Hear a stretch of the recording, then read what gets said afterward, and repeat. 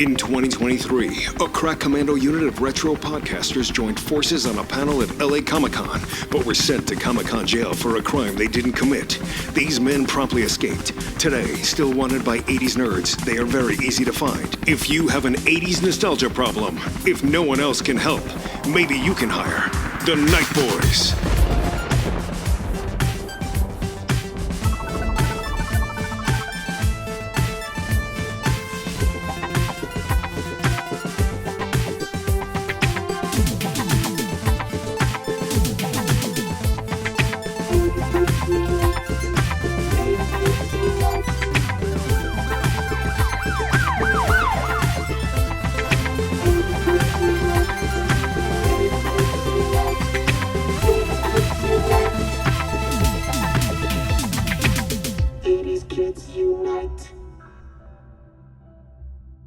All right, this is exciting. Martial Art Madness, 80s Kids Unite style.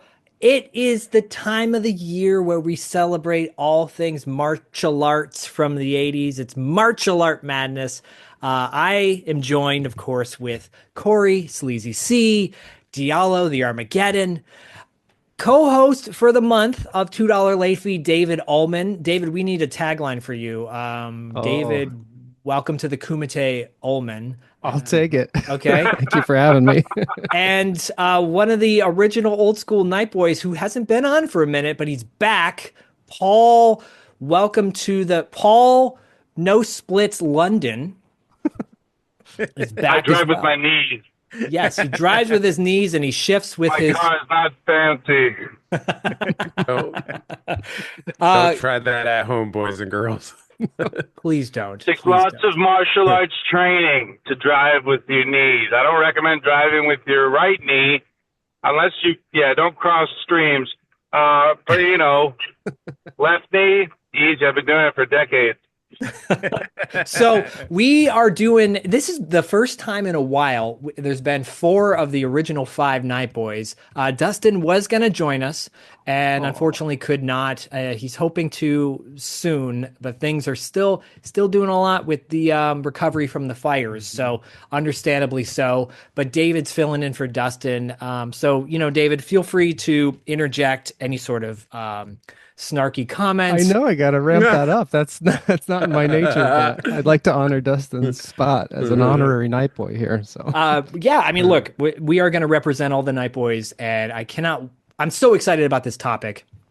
Corey, our mutual friend and a Patreon supporter for both Podcasting After Dark and $2 Late Fee, Robert Ortiz chose said topic for this evening. Would you want to tell everybody what said topic is if they didn't read the show notes? Yeah, if you're just somehow listening to this when you're mowing your grass or something and just fired it up. And we are talking about our favorite hero and villain karate men from the 80s. And I guess women. Karate women. Could be karate women as well. Karate persons. From the 80s specifically. From the 80s. Always from the 80s. It's 80s Kids Unite. It's always from the 80s, baby. And I will put a little asterisk next to it because Diallo respectfully reached out and said, okay, could we go a little earlier in the decades? As long as they were relevant in the 80s, that's all that matters to us, right? Yeah. So we are going to go in a particular order tonight. We're going to run through all the heroes that we celebrate. If for some reason someone has a pick that's already been chosen, we have a backup just in case. But I got a feeling that we are not going to be overlapping. If we do, I'll be surprised. And if we don't cover a particular martial artist from the 80s, I'll be very surprised. I have a feeling that might happen. One of us will. Now, but specifically we're covering characters. Obviously, martial artists that we love can be playing said characters, but these characters could also be comic book characters. They could be video game characters. They could be anime, manga, whatever. These are all karate persons of all media from the 80s. Yeah, and we are all children of the 80s. Some are a little bit older or younger. Some just look younger. Let's just jump right into it because there's 5 of us. We got a lot to cover. We got a lot to discuss. Let's do this. Let's have some fun. The order for this episode will be David, Diallo, Corey, And actually, David, Diallo, let's do Paul and then Corey and myself. We'll go in that order. We'll do heroes first, talk a little bit about each one, roundtable discussion, and then we'll go into villains after that. So, David, are you ready to enter the Kumite and to reveal your number one pick for favorite hero of 80s martial arts? Let me just pull out of the split between the two chairs and tell you I'm ready. Nice. David, However- who in the pantheon of characters from the 80s, like Corey said, video games, comic books, cartoons, movies, TV, etc., who's your favorite 80s martial art hero? This is I'm shocked that I'm changing my answer at the last minute, and this is a real challenge to my identity, but something about when you're like, it has to be the character. It has to be the character. Yes. And I was looking at my alternate, and the alternate character is stronger. It is Dalton from Roadhouse. Wow! Sleeper He's a hit. legend. I actually thought of that one. That's funny. That's a great choice. That's That was- amazing. I mean, I don't know. It wasn't my pick 5 minutes ago, but once we got into the character, and not the actor martial artist, there's none better, I think, for me. Can we ask was it originally JCVD, the original pick? Yeah. I have a JCVD binder. I have a Amazing. clippings from like Inside Karate and stuff. I love that. Oh my god. One of my favorite entertainers of all time, easily. But That's like the Dune book that Hodorowski made. Yeah, Jodorowsky's Dune, yeah. Yeah. I just got to say, David Ullman's JCVD movie. Yeah. don't tease Boy, me. that thing was huge. It was awesome. if you're listening to this episode, go over to our YouTube, Podcasting After Dark's YouTube, or $2 Late Fees YouTube. Hit the subscribe button while you're at it too. But check out the video version of this because you'll be able to see some of the props, for example, that David just held up. So David, choosing Dalton is a left field choice. Not a oh my god, why? It's more like, wow, that is a really cool choice. Tell us why. Why is it Dalton? I think it's just as a character, he has he looms large. He's a legend. Like everybody's heard of him, and he also just kind of, he's got a one name. Like what even is his first name? I can't remember. But it's a really good question. So iconic and legendary that, as a character that I just.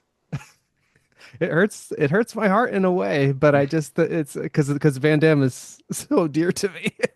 Look, it's totally understandable. Really Dalton quick, is the man. He is the man, and I will give a cheap plug to an episode a couple years ago now, LA Comic-Con. Paul London and myself, Dustin, Jill Sholin, right? well, Ken Olin and then Jill Sholin played Dalton. We did a table read of Roadhouse at LA Comic-Con a couple years ago. So cool. And Jill Sholin played Dalton really well, by the way. Ken Olin played Kelly Lynch's character. And Paul, of course, played Sam Elliott's character very well. Miho. Yeah. It's Miho Dalton. That's his name. Right. Miho. Yeah, I believe it's with S. So I'm going to reserve my comments because we've covered Roadhouse extensively. But Corey, what are your thoughts about Dalton as a martial art pick? No, I mean, we covered it on the 2 hour late fee crossover. So I'm just going to use my time to ask David, just what is your favorite JCVD character? Just out of curiosity. Ooh, yeah, that was Mine's where I Chance stumbled. from Hard Target for sure. Oh, that's hard to argue with. Yours is That's Chance, Corey? pretty great. Oh, yeah. My mama took one. His mama took one. Thank God. Sorry, David, I cut you off, buddy. Oh no, that's all right. I mean, that is I think the correct answer. I was going to choose Kickboxer as the representation of because for me that's like the quintessential Van Damme movie. The more I thought about from his love of animals, like his brother Kurt, says he's going to be a vet. And just even Van Damme's backstory in that film. It's the one time where he's so specific and truthful about. He's like, I was born in Belgium, but now I live in Los Angeles. It's like there you go. And he's chased by the dog, like Claude Goetz like actually trained him, and all of those little details. Because otherwise it would be Frank Dukes, but Frank Dukes is a real guy, and Yeah. So and then how much of that is real versus exactly. Is Frank Dukes his real name? Yeah. Is he really a guy? Does he actually exist? Does he really put up his Dukes? Diallo, how about you? What are your thoughts about Roadhouse Dalton being a martial art master of the 80s? Real quick, I used to see what's his name, Kurt, the brother in Kickboxer. Oh, Dennis Alexio. Dennis Alexio. Is he still in I used to prison? He was in prison recently, wasn't he? Or Oh, was he? I didn't know that. I was just about to say I used to see him all the time at the gym back in the day. Back when I was in Hawaii. With the curly mullet all the time. and the mustache? Yeah. Oh. Yeah. And I was like, oh, that's the Kickboxer guy. See him all the time. Anyway, now that he's in jail, let's not talk about that. I don't think he's still in jail because I looked him up recently. I check in on the Kickboxer cast from time to time. So I don't, as you do, as one common. Does. Yeah, I love my Paul's ideas. Like just sitting there, like, let me check in on the cast of this movie now. Where are they at? I do that all the time. All the time. I have a life. Where's the cast of Freaky Friday? No, anyway, Roadhouse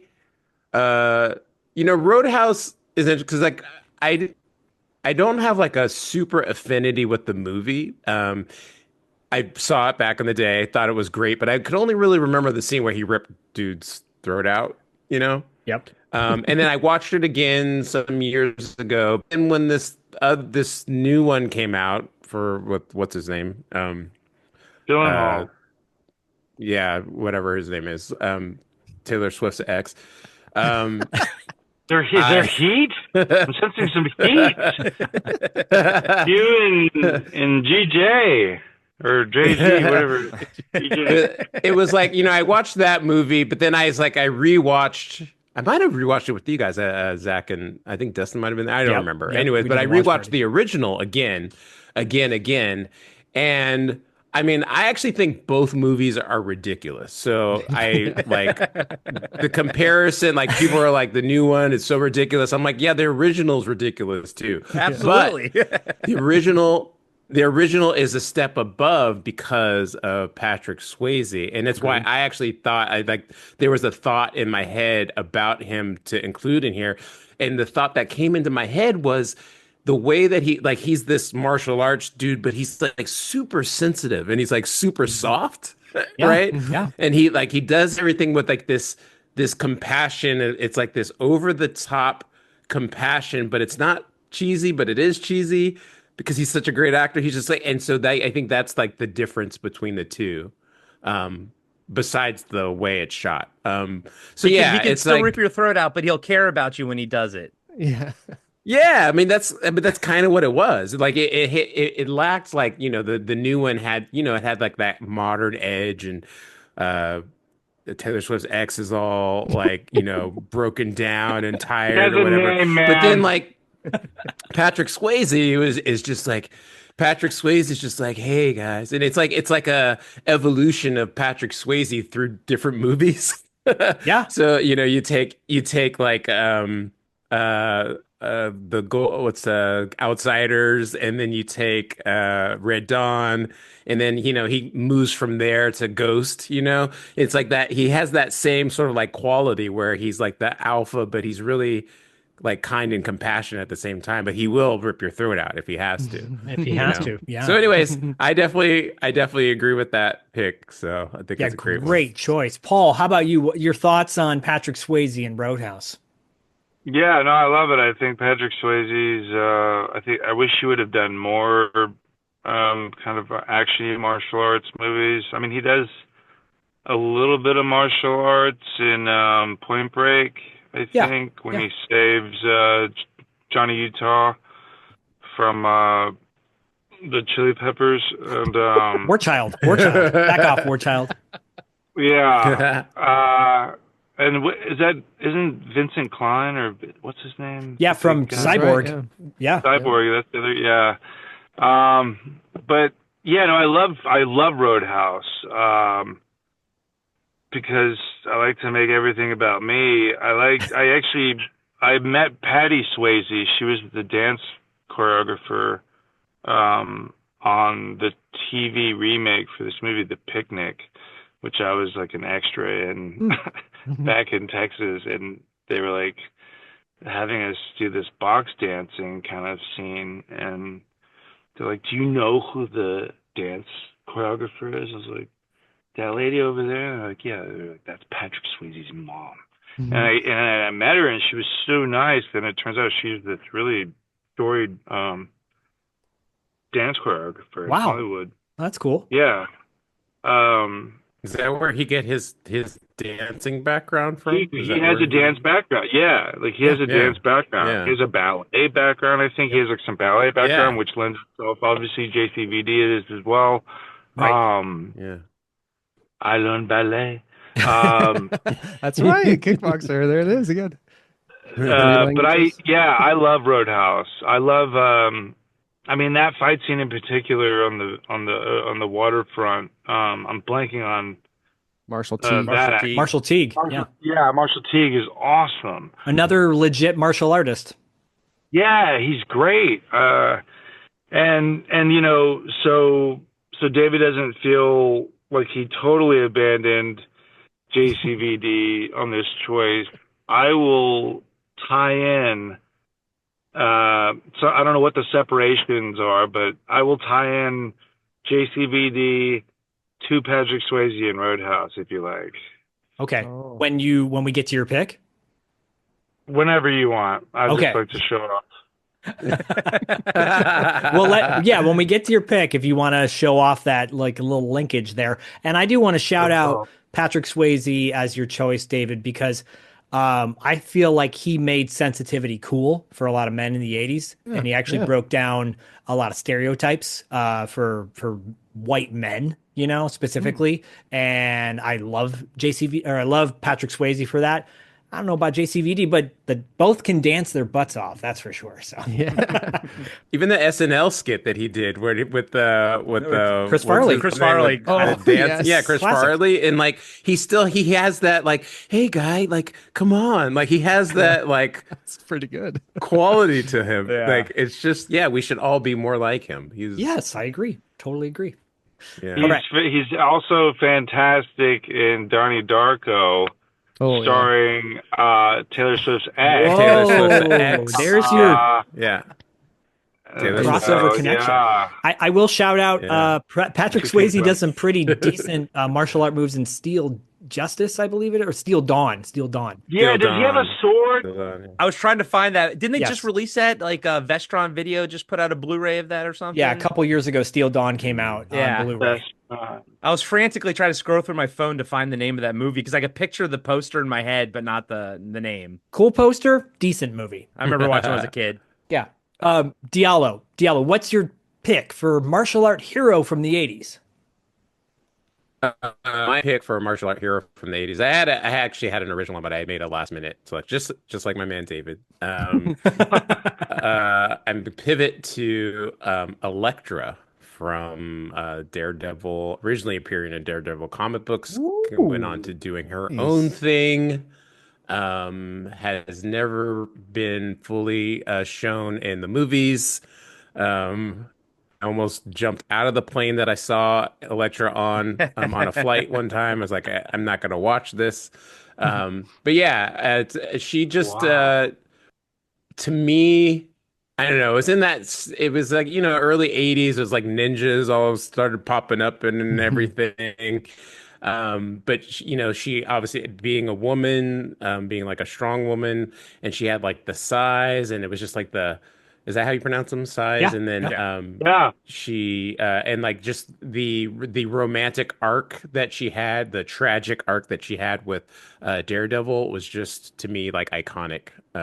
I think it's probably still one of the best Daredevil story arcs that's appeared, and I think they keep trying to do it whenever they make a movie that shows you that's the most iconic arc. So yeah, Elektra Nachios, I think is how you say her last name. Yeah, I think so, yeah. Great character. And then her weapons started being seen with the Ninja Turtles. Mm-hmm. So Wow. Okay, yeah. so Diallo, really quick. So when did her character, you might have already said this, but when did her character like officially debut? Like when can you tell us that? Yeah, so it was in I believe it was in Daredevil. It was like 1982, and there was this arc in Daredevil where he gets reunited with his lost love with just Elektra. She's also like an assassin. Like when they were in college together, it was like one thing, but then she's become an assassin since, and Okay. so ends up being at odds with her. While there's this other character, Bullseye, I think, and I might be conflating the movie, which is like that's why I hate the movie so much. But Hey, man, Colin Farrell. Hey, I mean, he actually was. the movie gave us Evanescence, what Bring Me Back to Life or Oh yeah, whatever. that's right. Oh, That was really? right. Really? She was like doing her fight sequence and they were playing Evanescence. Oh man, I hate that movie so much. Anyway. Yeah, it's just it's such a great she said I mean she's a great character. They brought her back and then like this isn't in the 80s, but they brought her back in a Wolverine agent. There was like a series called Wolverine Agent of Shield. It was in Wolverine and the sub chapter, whatever it was, Agent of Shield. And I think, oh no, it was a different artist, but she kind of came back and was like kind of paired up with Wolverine for a little bit while he Okay. was running around doing shenanigans. So yeah, she's just like, I don't know, she's a great martial arts character, deadly assassin, but yeah. And that costume is pretty iconic at this point. That red with Yeah. like the bands and everything. Yeah, I still have that Diallo, how do you pronounce his name? The artist Bill Sienkiewicz. Yeah, He's Bill like Sienkiewicz, yeah. okay, yeah, Yeah. Bill Sienkiewicz. Yeah, he used to draw those Nick Fury Yeah. comics and everything. But I have that image of her like against a white background holding that like gun that's like twice her size, that he painted. Yeah. That's kind of like burned into my head of her. But yeah, I remember all the Elektra stuff back in the day. I thought she was cool as hell, and I was reading Marvel comics at the time, although I wasn't reading Daredevil, but I did grow up, reading Marvel comics. Of course, she kind of crossed my path and everything. I always thought, obviously, she was hot as Yeah. hell and badass chick and everything like that. So I was like, oh, cool. But I didn't like Daredevil, so Yeah, she had her own miniseries. Yeah, I didn't really I mean, it was like Daredevil was a character I liked, but I never really like read either, yeah, I liked him in like when he was like a guest in a comic or something. I'd be like, oh, that's cool, Daredevil. I like him, but Yeah. then I'm like, I'm not gonna go pick up his comics. So Yeah, I used to I don't like care to about a draw blind him guy. a lot, but I never. Yeah, I like to draw him, but I never like. There's a couple comics I have, but like a little bit later, he had some really good comics. But yeah, I used to. My friend had it was like an Elektra miniseries, and that's where I kind of really got introduced. And she was like fighting all the hand, all these Yeah, ninjas, and that was the Frank there's like this Miller one. Yeah. immortal. cool. Yeah, there's like this immortal ninja that she had to fight, and I remember like no one could beat him, and then she beat him by cutting off his head. And it was like, oh, so that's probably where Highlander came from. Um, Diallo, have you ever seen Ninja 3, the Dominion? Domination. Domination I've heard Domination. with Lucinda Dickey. I've heard of it. Dude, you'd Yeah, love I've it. not seen it. You It's know what? amazing. Paul, would you say if we were casting 80s actors to play these Marvel characters in the 80s, would you say that Lucinda Dickey would have been a great Elektra? No. No? No, he's like no. I'm sorry. I love Ninja 3, but no, I don't know. I think I'd be like on Shabadoo's opinion at this point where he's like, who is this girl coming in here trying to Paul, did you read are you familiar with Elektra from the 80s and Daredevil? No, I was gonna ask Diallo when she debuted. I know that he probably just said that. 82, he believes, yeah. Yeah, it's like 82, early okay, 80s. so Yeah. that I did not grow up with the electric character. I think partly because at that point I was 2 when she debuted. Fair, I wasn't fair. quite reading yet, but but I got into G.I. Joe, the G.I. Joe cartoon, and so I was actually introduced to this character that I think they created that was inspired by Elektra called Jinx. Um, Definitely. She had size yeah, also. She also had size. she had size. She was all in red. A really So good connection. yeah, that's kind of what I always thought whenever I saw Elektra afterwards. But then it wasn't until I saw her last name was one of my favorite party snacks, right? Who doesn't love nachos? And I was like, oh, she's more ethnic or Colombian or something. She's not, or Greek, I I don't know think. Yeah, I what think is she's she? Greek. Yeah. I think she's Greek. Greek. Yeah. Yeah. Nachos? Is there nachos? Nachos. I, It it's should be yeah, like it's Nokias or something. It should be. All I got to say to that is it's not Yasu. NACHOS. But I didn't mind the Jennifer Garner stuff. I mean, sorry, apologies. Whatever. It's Hey, you like what you like, even if exactly. it's terrible. Yeah, right. David, did you grow up with Elektra, knowing who Elektra was in the 80s? I did not. My first introduction was that early 2000s maligned Daredevil movie, which I actually do. I'm not going to say it's good, but I have a fondness for it. It's that song, I'm telling you. Yeah, and You know I get what? a kick out of Affleck. We're doing gonna his skip you, Affleck Corey. nonsense. Corey's gonna get skipped because he likes That that. Daredevil thing, real quick, is that two of my old wrestling buddies are the henchmen for Kingpin at the door. Um yeah, Tom Howard and Horseshoe, or he wrestled as Luther Reigns. Oh But yeah, yeah. those are the two guys at the door when you walk, when you know at Kingpin's lair. They're like his two bodyguards or Oh, something. that's awesome. Awesome. Now we got a reason to go back and rewatch it.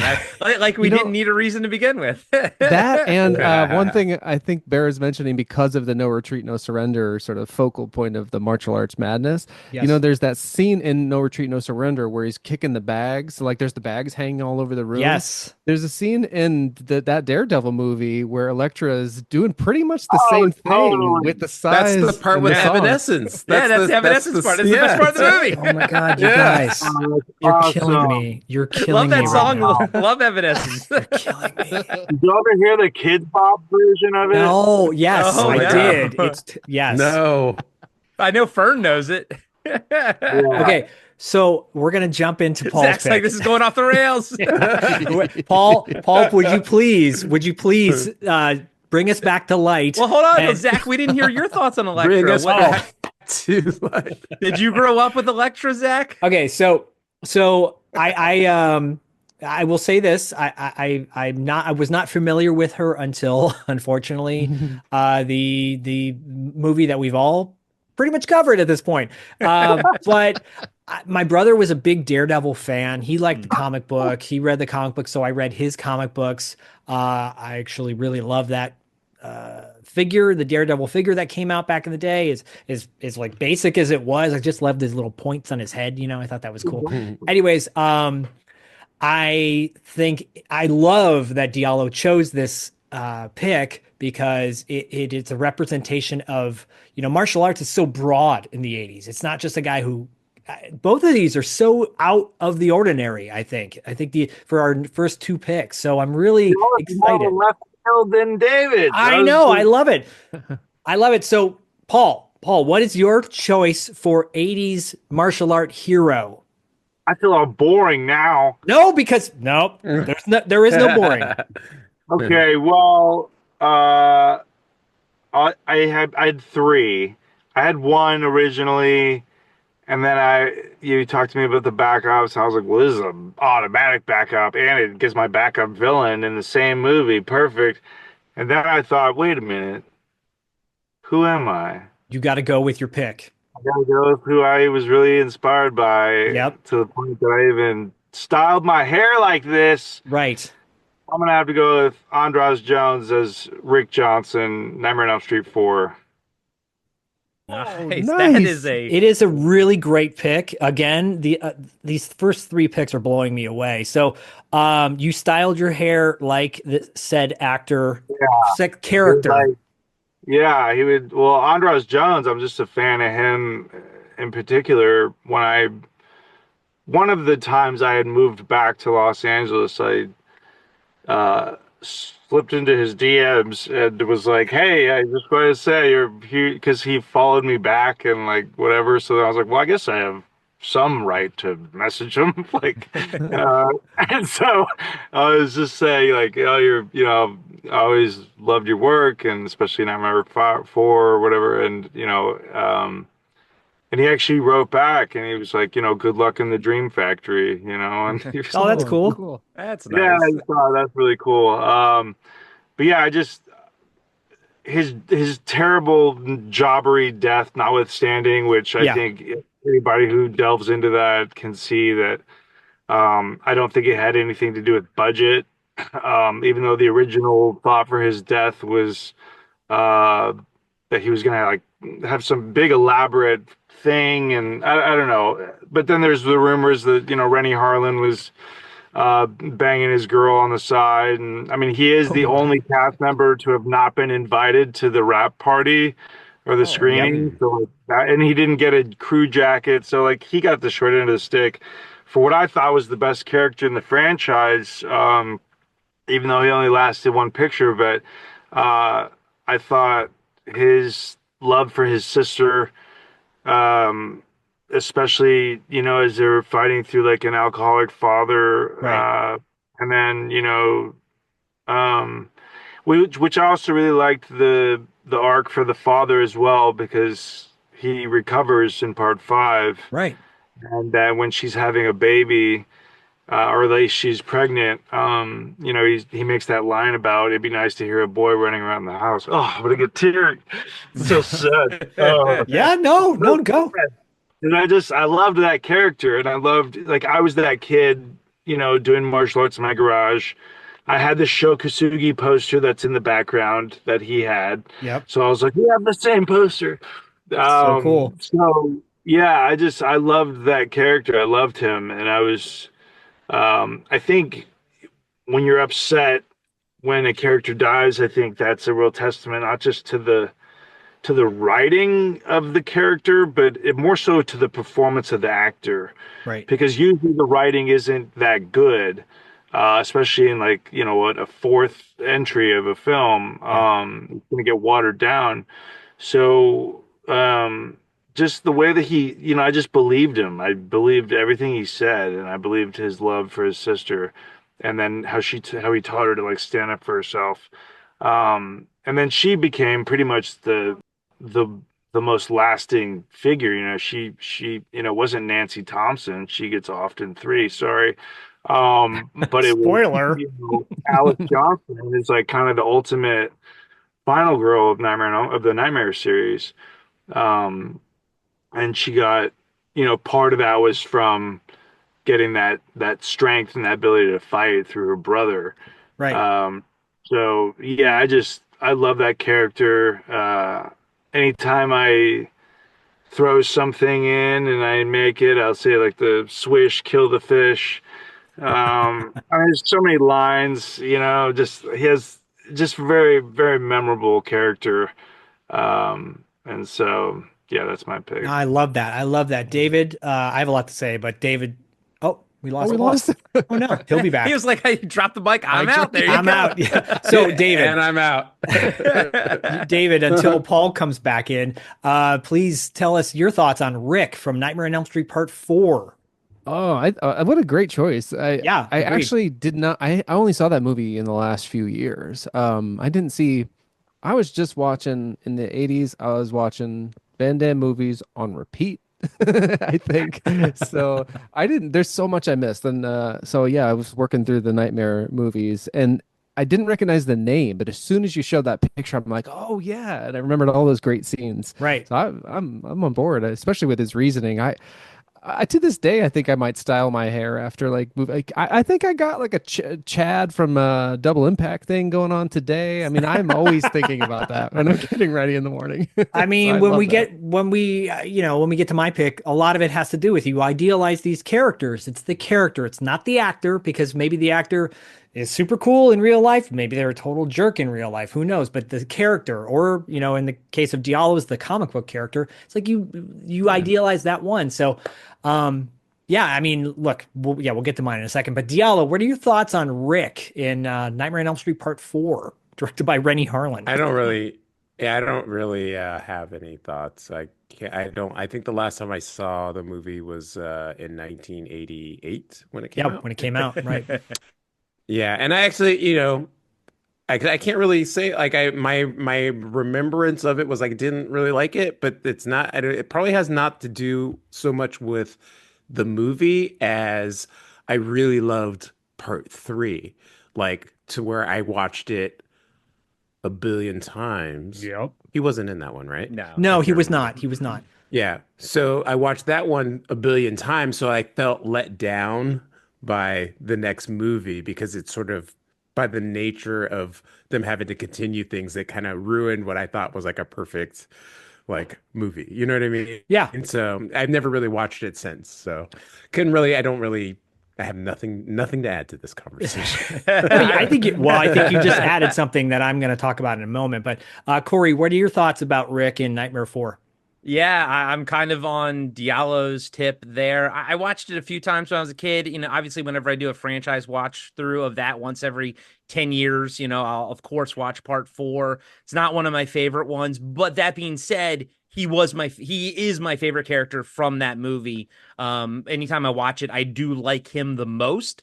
I do think his death is kind of sad because it's like, Freddy's invisible. But Right. then on the flip side, I actually appreciate the fact that Freddy kills him with his glove, because by part 4, I'm not tired of the dream kills, but at the same time, I'm like, I want to see him kill somebody with his damn glove. That's Right. kind of That's the why I point, like, right? yeah, that's kind of like why I like part 1 the best, Yeah. So because he actually just kills people with his gloves in that, or it's not as confabulous as all the other ones. So Ooh. part 4, not one of my favorites. That's a word. That's a Yeah, word. That's a No. bar. So, part 4, not one of my favorites, but he was my favorite actor in, or my favorite character in part 4, and probably my favorite death, but not my favorite fight scene in part 4. Okay. Yeah, that's fair. I will wrap up my thoughts about Rick in the idea of Nightmare on Elm Street. I have a very love-hate relationship with that franchise because of characters like Rick that I thought were really cool, and then suddenly they're just killed super quickly. I'm in the same boat with you. Diallo Part 3 is my favorite of the franchise. But unfortunately, many of these characters felt disposable in the movies because suddenly they were just gone. And you're like, but that's a really cool character, And that really frustrated me about it. That's why in Nightmare on Elm Street or Friday the 13th, when Tom Matthews' character was brought back, Tommy Jarvis, I was like, oh, they're bringing a character back that you thought was gone. It's like it doesn't always have to be about the villain. It can be about the hero as well. And I thought Rick was a character that they disposed of, but he had a very important significance to the overall film that obviously Paul said so eloquently, and I really appreciate. Clearly, he loves that movie, and he's having technical difficulties, so he may or may not join us. We may not ever see him again. No, we will, because Territory Marks has to record later this month. But Exactly, we better see him again. But Corey, please reveal your choice for hero of 80s martial arts. Yeah, so I had 3 picks that I was just kind of going back and forth on. Paul actually said 2 of the picks just randomly, in conversation. Sho Kosugi and Jinx. I was leaning on both of them. But I kind of want to curate my list for Robert Ortiz, since this is his suggestion. So I'm going to go with one of my 3, and they're all kind of like together. There's not like a 1, 2, or 3 type of thing. And I'm going to go with Kenshiro, the man who can hit all your pressure points and explode your head, from the anime series and manga series Fist of the North Star. Wow. I grew up. Now I know that. I mean, he was. Yeah, there you go. He was. Obviously, he originated in the '80s in Japan. Obviously, I think the I had the Game Boy game that came out. It was like 1990, and then Yeah. I think so it was like right on that cusp. But since I was going to comic book conventions and stuff, and I was frequenting comic book stores, I saw a lot of the manga, and they'd have bootlegs of the anime, the TV series, and then the movie and everything. And I just love the fact that you could hit their pressure points and then the person's head would like explode. And I just thought that was just like Amazing. the most amazing thing I'd ever seen, especially since like at that point, I think it went from, obviously I'm living with G.I. Joe and no one ever dies, and He-Man and Thundercats and no one ever dies. Then, we talk about the fact in Macross and Robotech, you actually, it's not like graphic, but you see Veritex getting destroyed, and the pilot is getting killed. And then it jumps, and for me in my childhood, then jumps to Fist of the North Star, where it's like, oh my God, you can draw people's heads explode, So it's just like, oh my God. So I kind of again wanted to curate, hopefully Robert Ortiz, I'm fairly certain he's a Fist of the North Star fan. So let's give Kenshiro some love. Plus, he was also kind of like designed to look like Mad Max from Road Warrior, because he's kind of got that shoulder pad and everything. So, and the world is post-apocalyptic. So at the same time, like I was a big post-apocalyptic kid. I loved that subgenre that was around in the 80s, and specifically because I love Mad Max and Road Warrior and everything. So I was like, oh my God, like, so the cartoon or the manga, Fist of North Star, is post-apocalyptic. So that's check one. Check two, he's got like the shoulder pad like Road Warrior does, and then check three, heads explode. So what more do you want when you're like a 10-year-old kid? Well, before we get David and Diallo's thoughts on this, I have to say, again, another choice that is not expected. But if you know us, if you know the Night Boys, and David, you are official Night Boy. As long as you come on the show, you are like in the family. You're a day for Night Boy. Yeah, you're a day for Night Boy. Oh, nice. Yes. Thank So you. I just love that these are like such left field choices. And, up until this point, haven't gone with Chuck Norris or JCVD or Steven Seagal. I mean, I think Above the Law came out in 88 or 89. So yeah, he's an 80s actor. Yeah. Jackie Chan, I just to list a few, Sammo Hung. Like, we're not going with the typical choices, which are, again, if that's your choice, that's great too. But I just love that this is so different. I love it. David, what are your thoughts on Fist of the North Star's Kenshiro? I'm unfamiliar. I mean, I've heard of Fist of the North Star, but I've never actually engaged with it in any of the mediums. So I have to defer, but I love it as a choice. It sounds very cool. Yeah, man, go. You can watch the anime that came out, I think like 86 or 87. It came to the US like in 91. But if you watch that, you kind of get the entire story in one 90-minute go, and you get all the violence, because it was made into a TV series that wasn't as violent as the manga, but the animated movie is much more. But whatever you do, do not watch the live action movie that came out like, what was this, like 94, 95? Save that 95. Save that till we get to my thoughts. I had that in my I've had that in my list for years, so I'm glad you told me that. It's like Gary Daniels, right? Hold Or on, we'll get to that. We'll get to that. Hold on. Diallo. What are your thoughts on Kenshiro from Fist of the North Star? I don't have like specific thoughts, but Fist of the North Star was like, especially back in like the day before you could just turn on the TV and anime would just start flowing through the screen. That was one of the iconic like ones that everybody talked about. So like I watched it, but I also didn't like, I don't know, don't really actually remember much about it except for like the hyper violent nature. And Right. actually it's funny because I kind of had conflated that one with I didn't realize it was from the 80s actually, because I didn't, I started really being able to watch a lot of that genre of anime in the early 90s.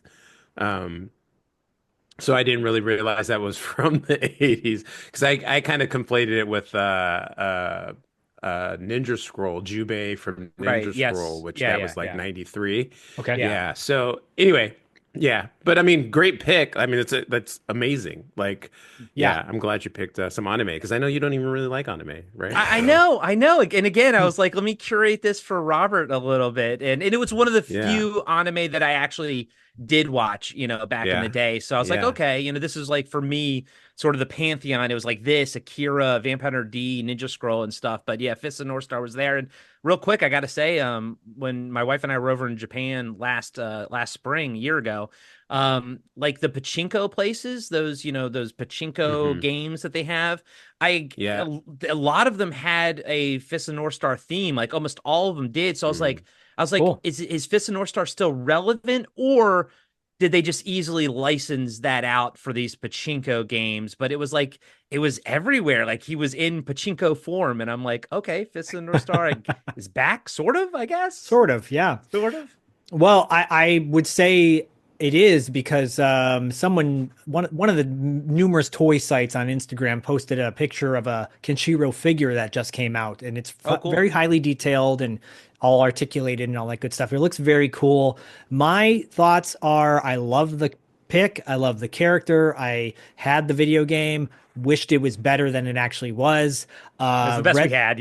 Right. Read the manga, watched the cartoon. Then the atrocious movie came out in 1995, which I was so stoked for because Gary Daniels did play Kenshiro, and it was a bomb. It was terrible. It definitely doesn't hold up, even from like a nostalgic fun standpoint. You watch and you're just like, this is god awful. Like Costas Mandalore and Malcolm McDowell and Chris Penn are in it, and it's like And got these. Clint Howard's in it, I think. Yeah, very The obligatory Clint Howard, cameo. Clint, I'll take any role if you pay me, Howard. Yeah, which is fine. Hey, no judgment there. I would do the same. But yeah, and it's directed by Tony Randall, who did Hellbound Hellraiser 2, which is Yeah. my favorite of the Hellraiser franchise. But you know what? Like Gary Daniels embodies Kenshiro. He's perfect. That is perfect casting for that character, and it was a major letdown. So I would live vicariously through that character, draw him all the time. Yeah. I'd love to draw him, and I love just that the attitude, the idea of like blowing somebody up. Blowing up their head. I'm bringing Paul back in. Paul's Paul back, is baby! back. Paul's back for my pick. So, Well, can we Guess throw who's my back? pick real quick to see if he Back ever watched again. this in North Star? yeah, we'll ask him really guess quickly who's when he back. pops on. If he pops on, Paul's because your friend. there he There is. we go. All right. I'm back. I apologize. Kruger did not actually. Maybe it might have been Rennie Harlan did not like me mentioning it. I think it was Rennie Harlan.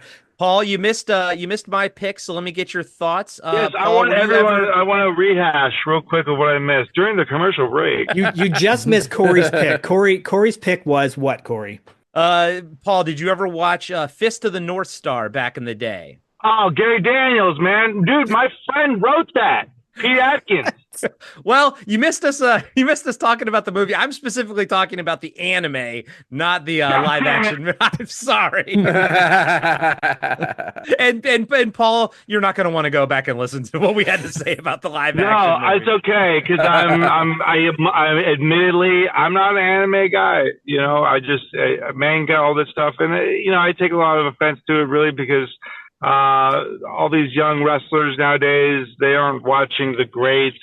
They aren't watching the Flairs, the Hennigs, the Lawlers. They aren't watching the Funks.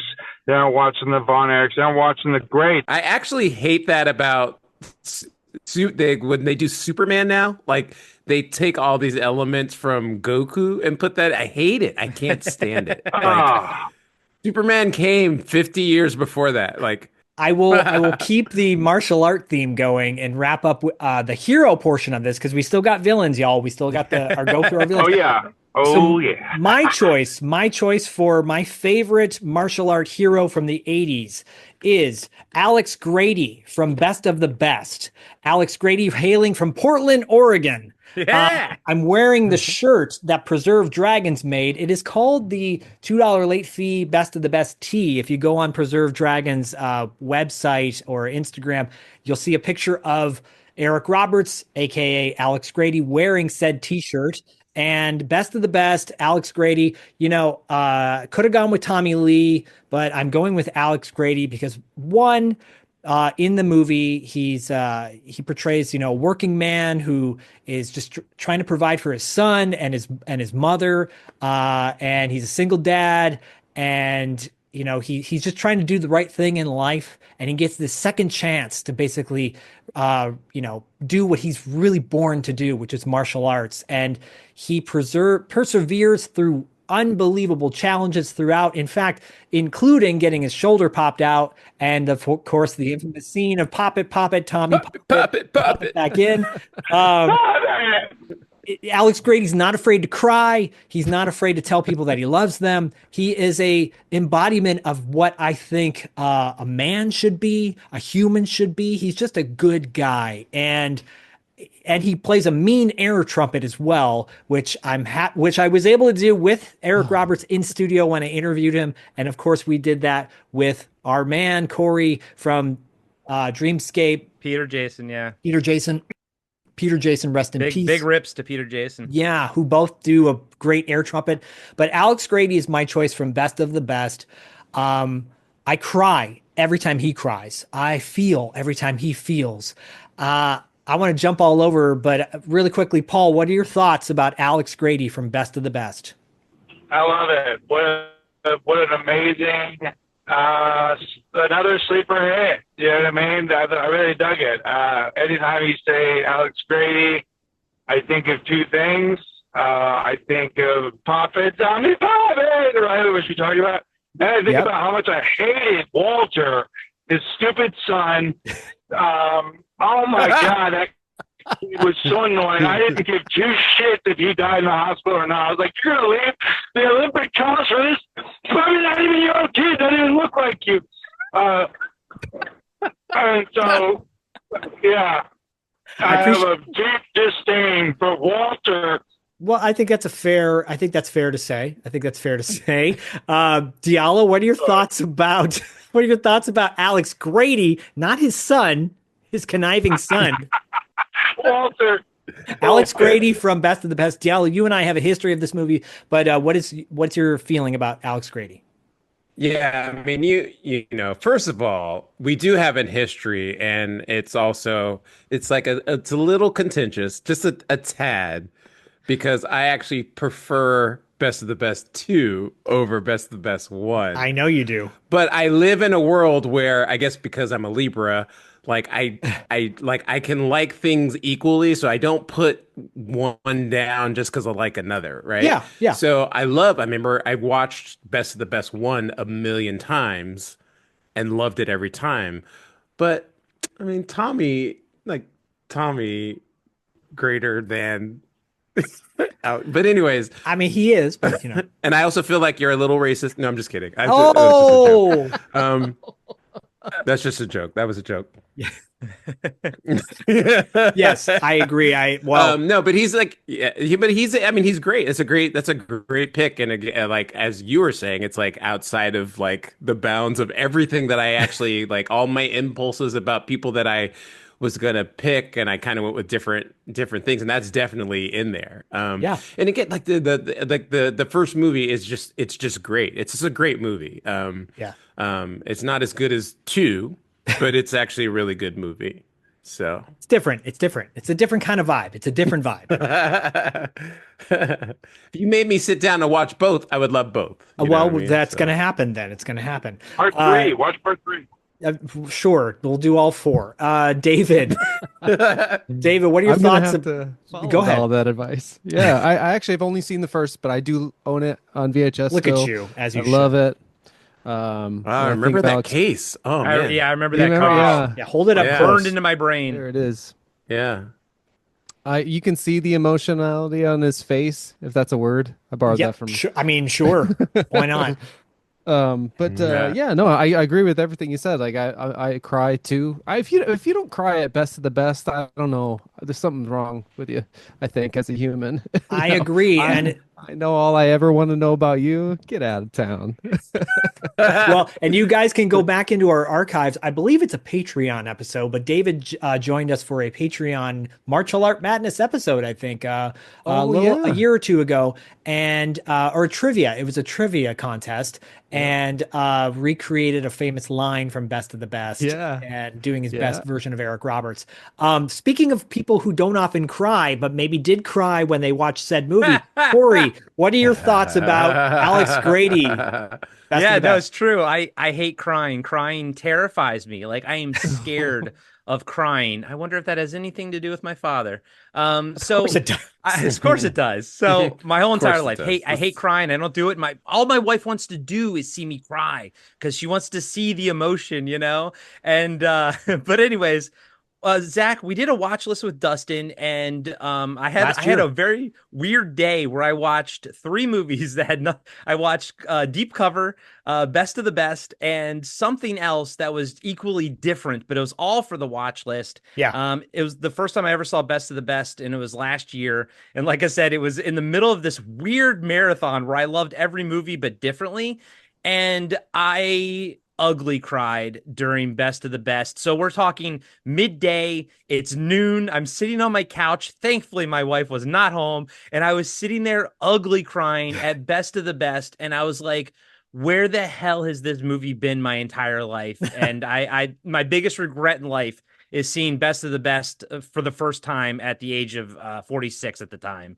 So wait, look, can we ask? I mean, I love you. I love your vulnerability. It's beautiful. Let's keep it going, baby. Do you mind me asking what scene in particular? Like, you were like, "Fuck, I can't help it." Like, it was the put it back in, the emotion that Eric Roberts had, you know. But then I also had some residual cries at the end when the other team, you know, kind of did the whole thing with the other team. Yeah, and that's what I was like, not. I was like, not again. When he's like, "I will be your brother." Yeah, that's the part that gets me every time. I got chills thinking about it right now. Actually, but Eric Roberts' emotion when he's like, you know, I can, you know, put it back in. I was like, oh my God. This guy, he's not a joke. Like, Eric Roberts, not a freaking joke. You know, that, like, I feel like in the mid 2000s, it sort of was like, oh, Eric Roberts, B-movie actor. But I was like, this dude is amazing. No, the outside of the character, his performance in Best of the Best, he's by far, well, you're joined with James Earl Jones and Sally Kirkland as well. Also amazing actors in their own right, who Sally Kirkland would do things later on that you're like, I don't know, what are you doing? Anyways, he does. Who were the other karate guys? I'm sorry to cut you off. I think they did sure. I know Chris Penn. I mean, rest in peace. He was incredible. Oh, great. The cowboy, right? Who is that guy? There was like 2 guys. One of them looks like almost like Andrew McCarthy. It's not him, but. Well, no. So Virgil. Best of the Best was, besides Chris Penn, who also was equally great, you had John Dye. John Dye was a regular, I believe, on that show Touched by an Angel. And then you had David Agresta, who played Sonny Grosso. He was the other martial artist who I believe was a legit martial artist who didn't really do much after that. I just love that he was from Detroit. Yeah. But I will say, you know, Alex Grady watching his son ride his bike by himself and going, I'm doing it. And he goes, I know. That's just that scene gets me, and it got me when I was 14 years old watching this movie, or 13 or whenever it was, because it came out in 1989. Anyways, oh wait, Walter's in that scene, isn't he? Yeah, he is. Sorry, I mean, you know, as annoying as Walter can be, and I'm not disagreeing with you.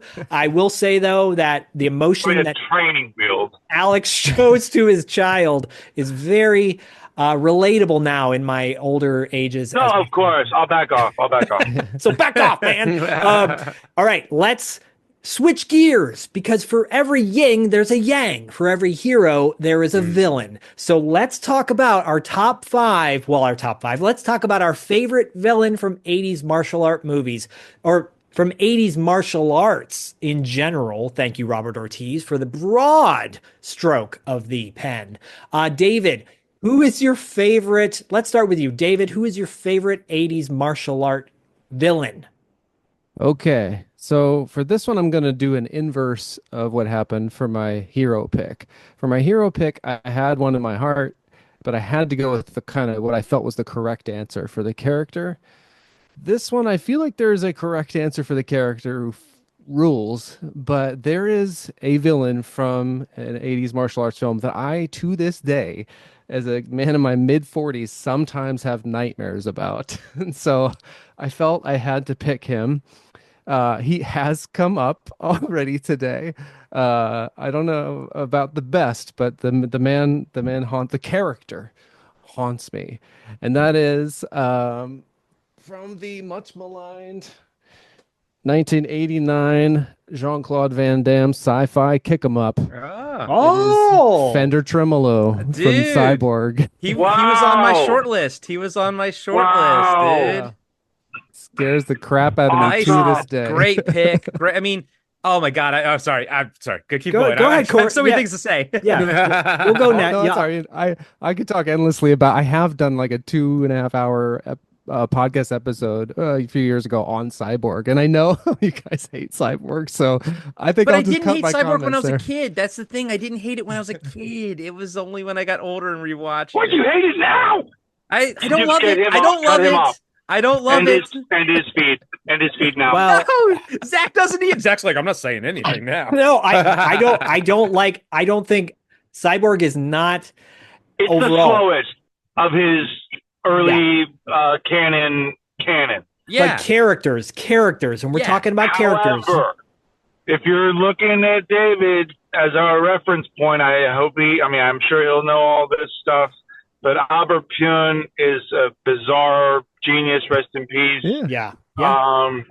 And the fact that Cyborg was birthed out of the aborted Spider-Man and Masters of the Universe 2 Yeah. films. Right. Yeah. Just so epic. The fact that he wrote the rough treatment. What was the original title? It wasn't Sliders. It was something like that. Slinger. Yeah. Singer, yeah. And then named all these villains after guitars. You know what I mean? The fact that, Blade's chainmail is, it's the same outfit. It's the same costumes. Blade, it's just Blade so from good. Masters of the Universe, of Yes, course. Yeah. Anthony DeLongis, responsible for all that incredible Michelle Pfeiffer Catwoman whip work and Batman Returns. And a Roadhouse connection as Yeah, well. he was, 'cause he was in Roadhouse. He was the one that drove, I think, the big monster truck in it. Oh, that's insane! Yeah, Paul. Oh, But Paul, so your feelings about Fender in particular from Cyborg?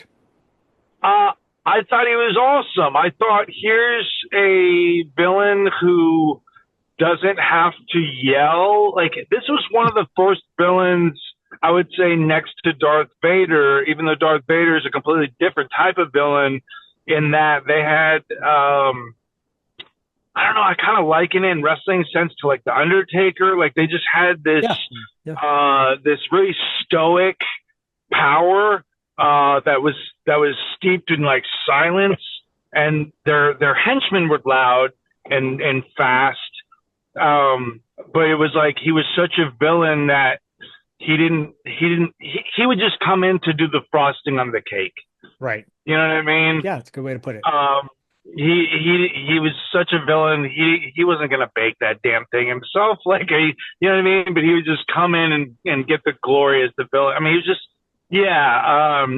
there's the thing, I think, is it the well? Yeah, making the daughter hold the barbed wire, so good. I mean, it's just like seriously, like that movie was my childhood. I watched it so much. I think that's real reminiscent of Lee Van Cleef with harmonica. Oh, totally.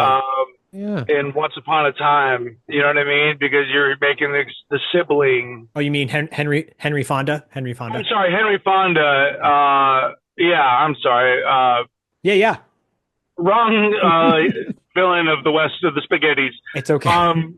But yeah, Henry Fonda, making the sibling almost inadvertently be responsible for their own family's death. Anyways, yeah. It's a great heel. It's a great heel move for sure. And that was the reference. Yeah. I'm totally gonna do that. You should. I think Paul's got it brewing in his territory mind. You must hold this dildo to your mouth, and if you let go, they will die. Sorry. Well, I did not expect you to go there, but Corey, go ahead. Yeah. Corey, you're chomping at the bit. Corey, I was just gonna Wait, say, can I want to go before Corey real quick. okay, I'm sorry. you go, I just Diallo. need to You do go. this. Yeah, you Yeah, go. I need to do this.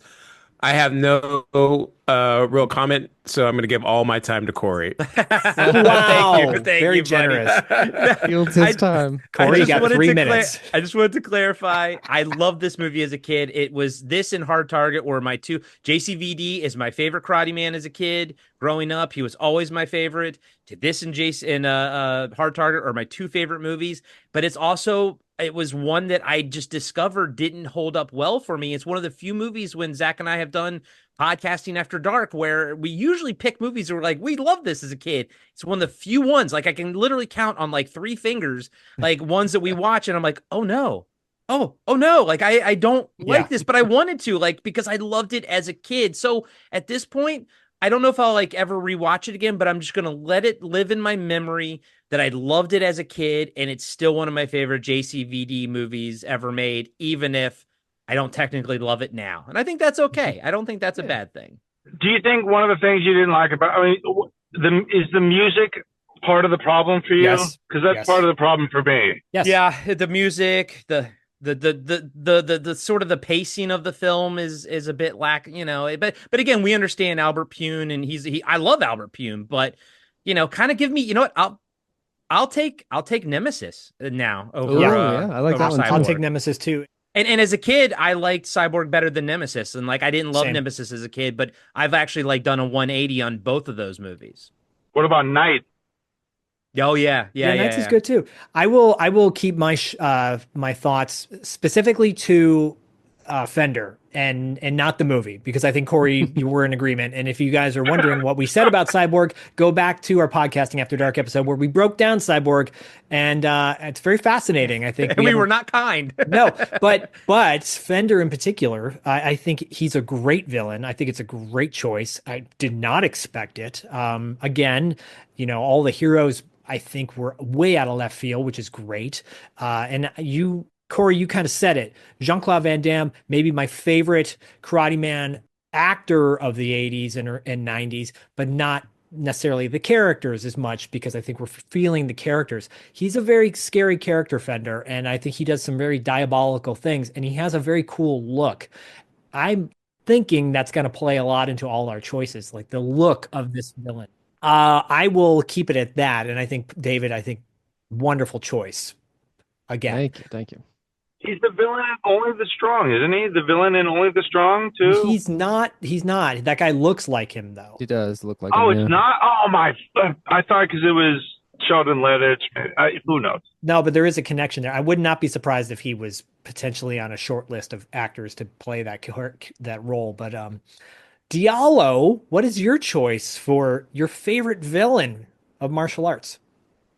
Yeah, I had to tap out of that one because I just saw that movie and years ago and hated it immediately, and I never watched it again. So I'm so dismissive. I don't even know who Fender is.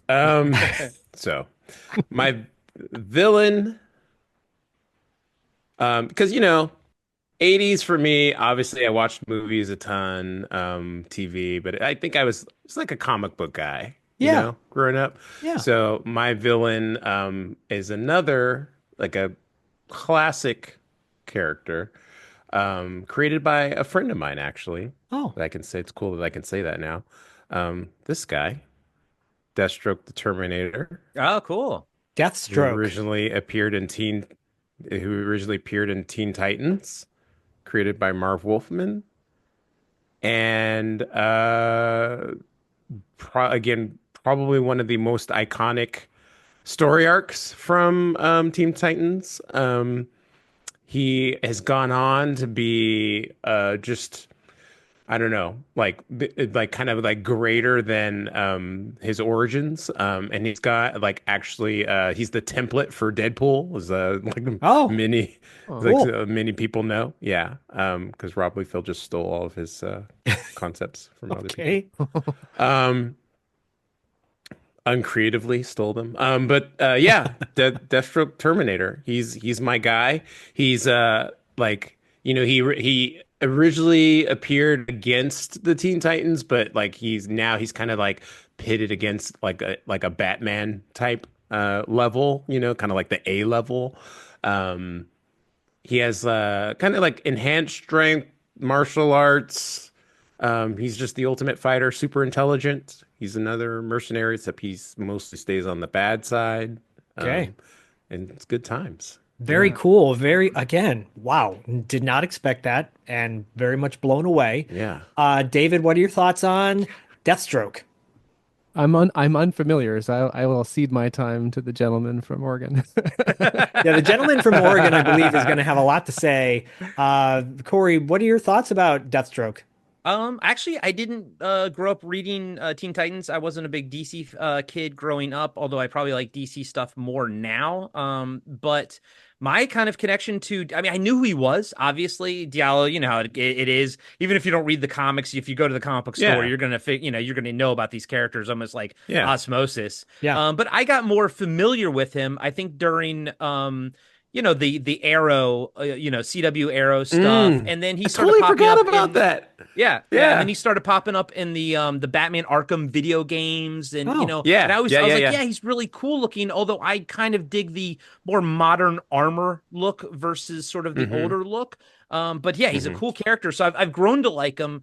And I knew who he was when I was a kid back in the 80s, but I didn't read Teen Titans and stuff back then, so I wasn't really as familiar. But yeah, he's a badass now for sure. Very cool. Yeah, I totally forgot about the Arrow arc. Yeah, that was like the best season. That was like the season that like solidified how great that show was. Yeah, and he was like sort of that. Wasn't he like his mentor, and then he was going to turn into. And then you saw there were some hoodwinks that like, oh, this guy's gonna be Deathstroke, but then he wasn't, and everything, cool. But yeah, that was good shit, man. Zach makes fun of me for watching those shows back in those CW shows, but man, that was like peak TV of CW. Dude, they were so good when they first were out. Yeah, I never watched them, but I've always wanted to watch Arrow. I'll always want to check it out. And Stephen Amell's a mark.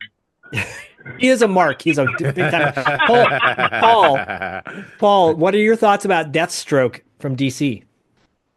I like Deathstroke. I wasn't a fan growing up because, and I apologize, guys, I slipped out of comics. Not fully.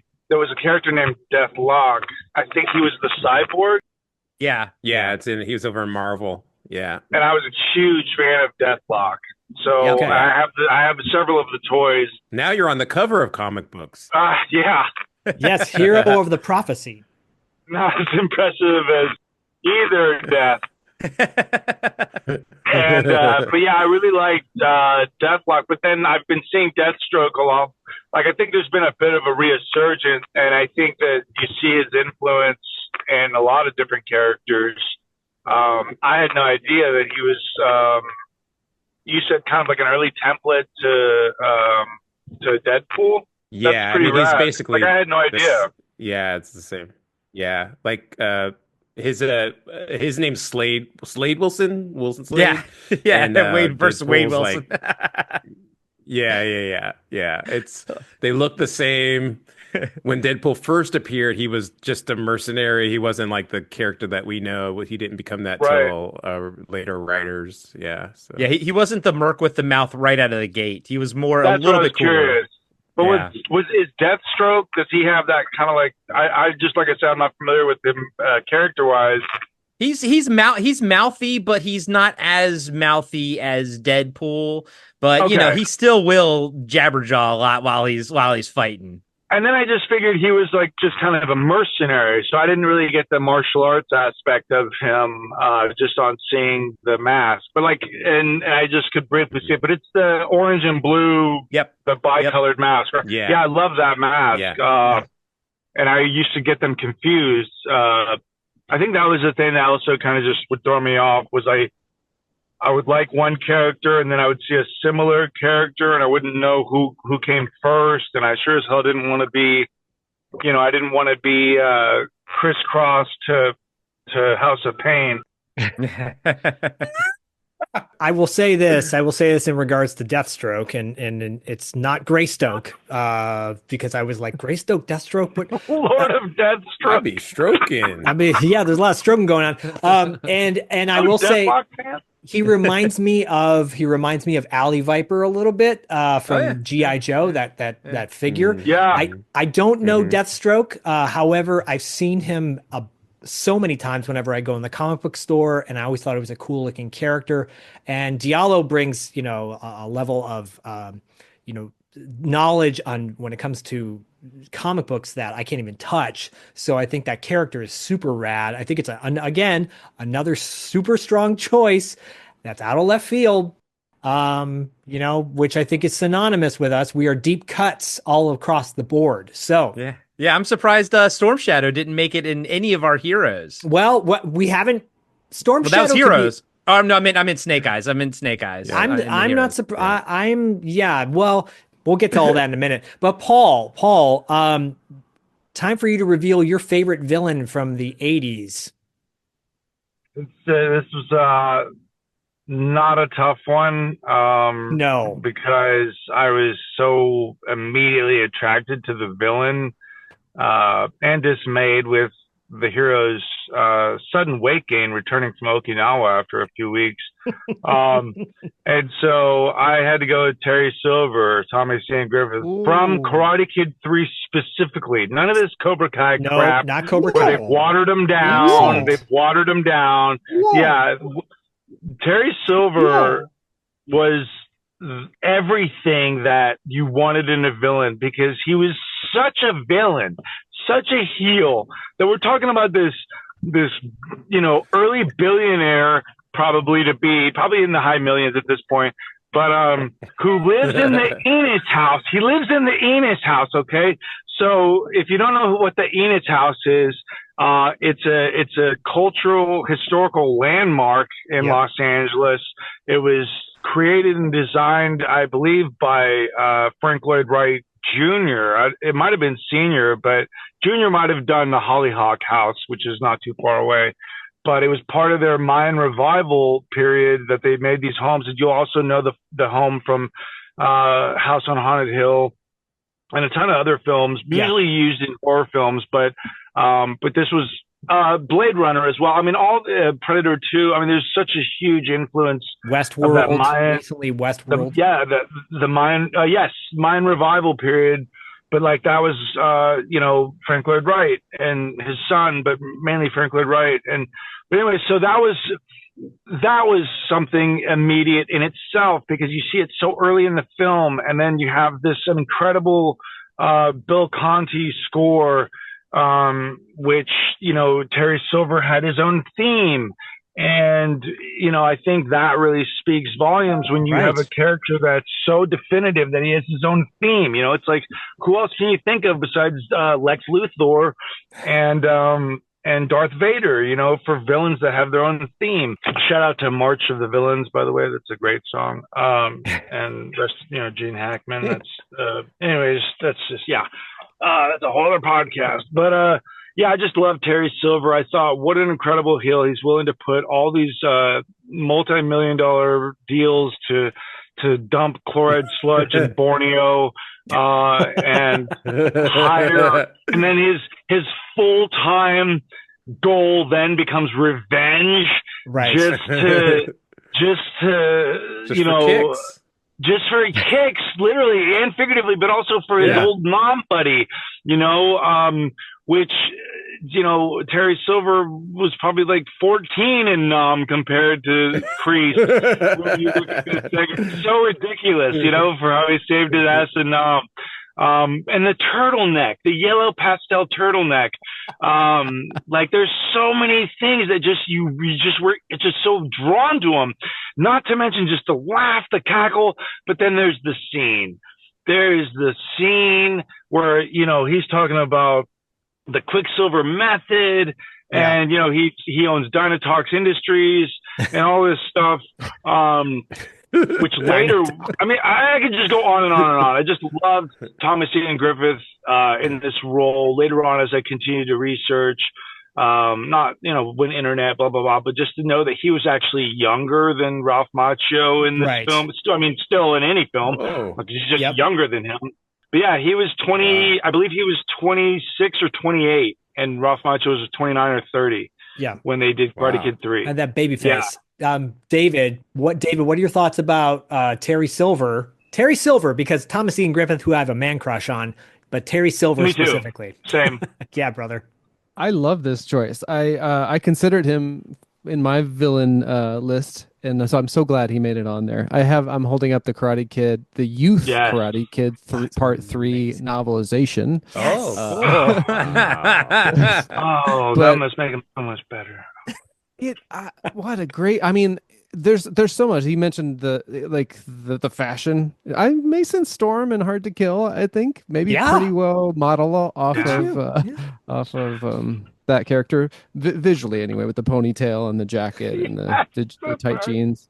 But the psychological warfare on top of all of it, where he turns Daniel against Mr. Miyagi, like I to this day cry at that scene where he's got Daniel so wound up that when Mr. Miyagi comes to his door and they have this confrontation and Daniel yells at Mr. Miyagi, and the look on Mr. Miyagi's face just crushes me, and that's all give me Terry Silver. goosebumps. Give me Yeah, goosebumps. it's he's got such a.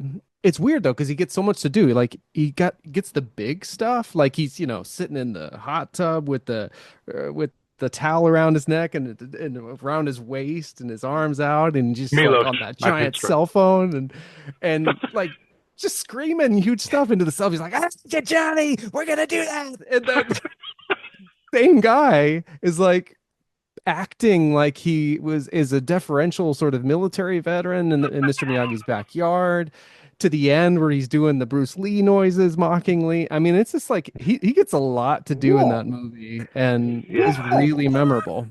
Yeah. His film debut too, but like to step into wow. such a huge thing. I think he did a little bit of soap stuff. He's a New York actor. And they didn't know that he was originally just supposed to be a toxic waste guy. But then when they found out that Thomas Ian Griffith is actually a martial artist, that's when they rewrote it and added in all that karate stuff. Yeah. So Ah. I love his ki too. Like, is that what you call it? Like the noise? Yeah. It's so distinct. He would go he's like hasta, hasta, hasta. Diallo does a really good impression, and actually Diallo, your thoughts? Yeah, like Karate Kid 3 is like a weird one because it's like it's the least of the movies, but careful I with think what you say. kind of what you guys are kind of what you're kind of what you were talking about. It has like the most heart, and it's like it has a very special place in my heart. Like I love that movie so much. I do think it falls short in some areas, but the parts that it excels in, like really excels in. And I watched it a million times, and that I was doing that part where he's like, "Whoa!" Because we always, whenever we watch that part, we just start laughing because it's so random, but it's also so good, right? The movie's kind of racist too. There's some racism. Well, I mean, yeah, it was the 80s. It's the 80s. But yeah, it was the 80s. Like, welcome. And I always love the kata that Daniel does at the very end. I like that's my. He's like freaking out. I'm like, what's he doing? Kata's that great. stuff. I love that. I love that. I love it. Yeah. I love it more than I just love it. Anyway, so yeah, I love that movie. And yeah, Terry Silver, he's great. I still haven't watched the last season of Cobra Kai yet, so no spoilers. But Everyone dies at the end. Everyone dies at the end. He's a great villain, and it's a great and the way that they pulled him in to the last movie of the franchise which and still making it feel like organic was pretty brilliant. So yeah, that's great pick. Corey, how about you? What are your thoughts on Terry Silver in Karate Kid Part 3? Yeah, no, Karate Kid Part 3 is great. He's great. I probably have more affection for Karate Kid Part 2. It holds a special place in my heart because when I first saw it, I still remember seeing it in the theater. And I first saw it, I was like, oh, this movie takes place immediately after the first one. And I was like, I think I was old and like young enough to be like, this is the first time I'm seeing that, but old enough to also realize the process of making a film, that they didn't film it like immediately right after, but yet they went and they sort of, sort of recreate. Like again, no, Yeah. it was this in my head. I was like, oh, this is huge. It takes place right after. Right. So I loved part 2, and then I was excited to see part 3, of course, and I very much enjoyed part 3. But then the franchise never sort of stuck with me as I went forward in life. It was just never one of those franchises that I went back and rewatched a lot. But he was great. I mean, Terry, he always in my head, I was always like, oh, that's cool. And then when Zach and I, are reviewing vampires for the Carpenter Factor, and he's the main he's the best part of that damn movie. Yeah. And as a kid, I didn't even realize.